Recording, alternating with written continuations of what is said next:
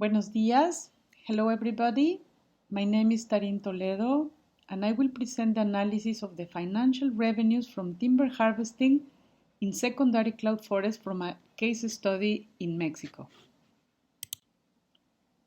Secondary forest, also known as natural forest regrowth or natural regeneration, cover more area than all growth forests in the tropics. These young forests are vital as habitat for biodiversity. They can capture carbon at a fast rate. Their cover reduces the impacts of the rains on the soil, act as corridors in the landscape for wild fauna, and are a source of products for rural communities. They are an ephemeral resource because frequently they emerge after crop fields and pastures are abandoned and can be recleared after short periods of time. The growing demand for timber in the tropics and the concurrent importance of maintaining multiple forest functions denote the urgency to promote sustainable management schemes for secondary forests.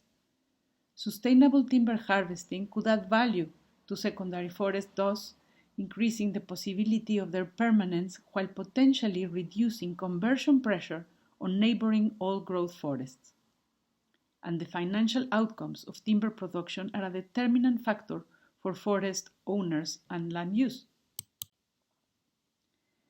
In the particular case of secondary cloud forest, the permanence and sustainable management are of enormous importance because they play a key role in hydrological regulation, soil retention, and act as refuges of extraordinary montane biodiversity. Globally, tropical montane cloud forests have lost approximately 55% of their original cover, mostly due to conversion for agricultural activities. But the recovery via secondary succession followed by land abandonment has been detected across the globe. In the case of Mexico, we have lost about half of the original cover, and at present, of what remains, 54% correspond to secondary vegetation.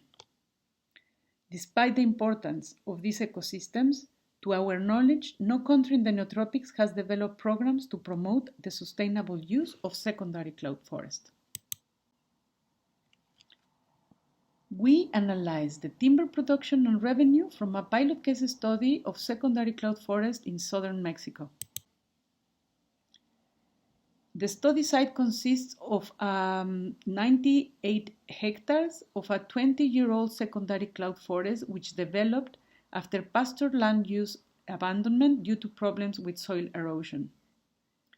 In the year 2006, a cooperative, Las Cañadas, was created, and in 2016 they were interested in harvesting the timber from their forests. So what we did is a forestry consultant conducted a forest inventory in 30 plots of 1 hectare each. And we conducted a cost and benefit analysis based on the operation that was carried out in 2021. Here I'm presenting the most important species in terms of their volume. We recorded 23 species, and some of them, as you can see, are in a category of threat. In terms of the forest attributes, as a reference, we estimated a similar standing volume from data from the Mexico National Forest Inventory for the category arboreal vegetation. And to estimate the mean annual increment, we used the standing volume divided by 20 years, with the assumption that the present volume grew in 20 years. Now, given the critical role of tropical montane cloud forest in the hydrological cycle and soil conservation, the maintenance of a permanent forest cover is paramount, and selective logging is recommended, and a 30% harvesting intensity of the stand volume was then prescribed. I also would like to mention that during the forest inventory, several trees bigger than 55 centimeters in diameter were registered as remnant individuals of the original forest, and these remnant trees were not harvested given their ecological importance. So the management plan was authorized by the Mexican authorities in 2018. And here I'm presenting the information for the timber and fuel wood harvesting. Despite the authorized 30% harvesting intensity, the cooperative could only harvest 17% of the standing volume because there was a high number of small trees, also a high volume of non-timber species, and a limited capacity of the smallholders to process the timber. At the 17% harvesting intensity implemented, the stand volume is estimated to recover within 3.8 years, but the cutting cycle was fixed at 7 years because the authorized management plan established this scheme of interventions, and the cooperative decided to wait for small trees to develop into commercially attractive diameters. For the production cost, we included all the labor, also administration, but did not include the cost of the inventory and the management plan because these expenses were covered by an external agency, and also the government provides subsidies to cover the costs of these activities.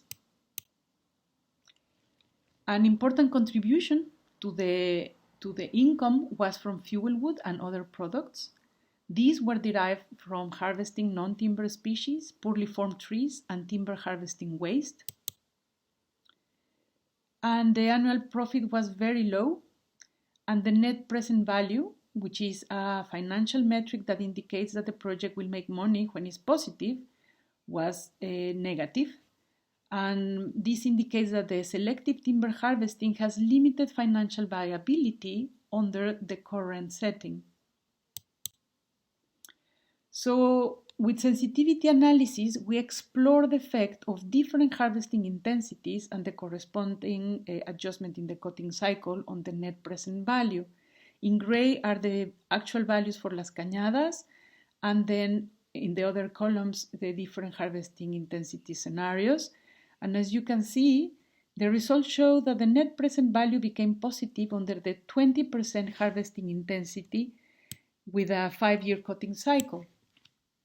And a great increase was observed in the estimated profit and the net present value under 30% of harvesting intensity with a 7-year cutting cycle.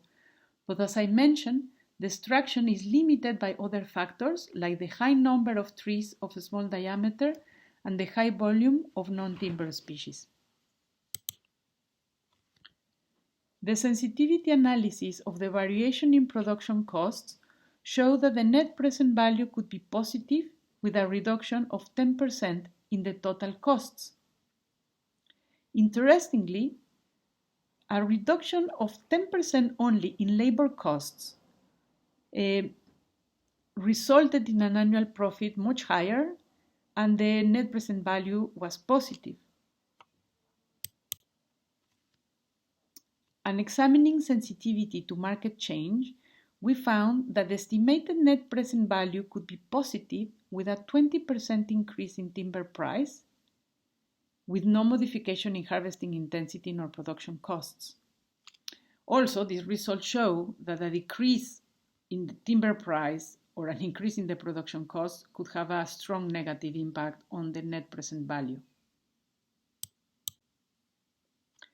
In conclusions, timber production from secondary cloud forest has low financial returns in the study case due to various factors, including high costs associated with restrictive regulatory framework. There are no guidelines for timber harvesting in secondary cloud forest in Mexico, and the management plan should fulfill requirements for mature forest with specific volumes to be harvested per species. Also, harvesting small trees and limited capacities of smallholders for the operations and poor market for many species. However, positive financial returns may result if support is provided for forest owners to reduce production costs and obtain higher profits from better timber price.